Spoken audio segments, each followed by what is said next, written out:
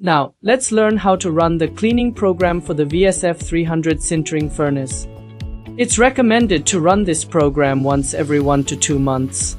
To keep the furnace clean and ensure consistent sintering results, first, on the furnace screen, click Standard Program.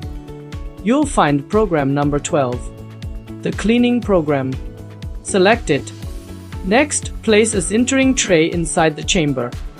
You may also add a few pieces of broken white HT zirconia on the plate.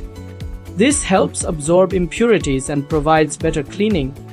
You can also clean without the tray, but using one gives a deeper, more effective result. Then close the furnace, click up, enter the sintering Vsmile interface, and press Start.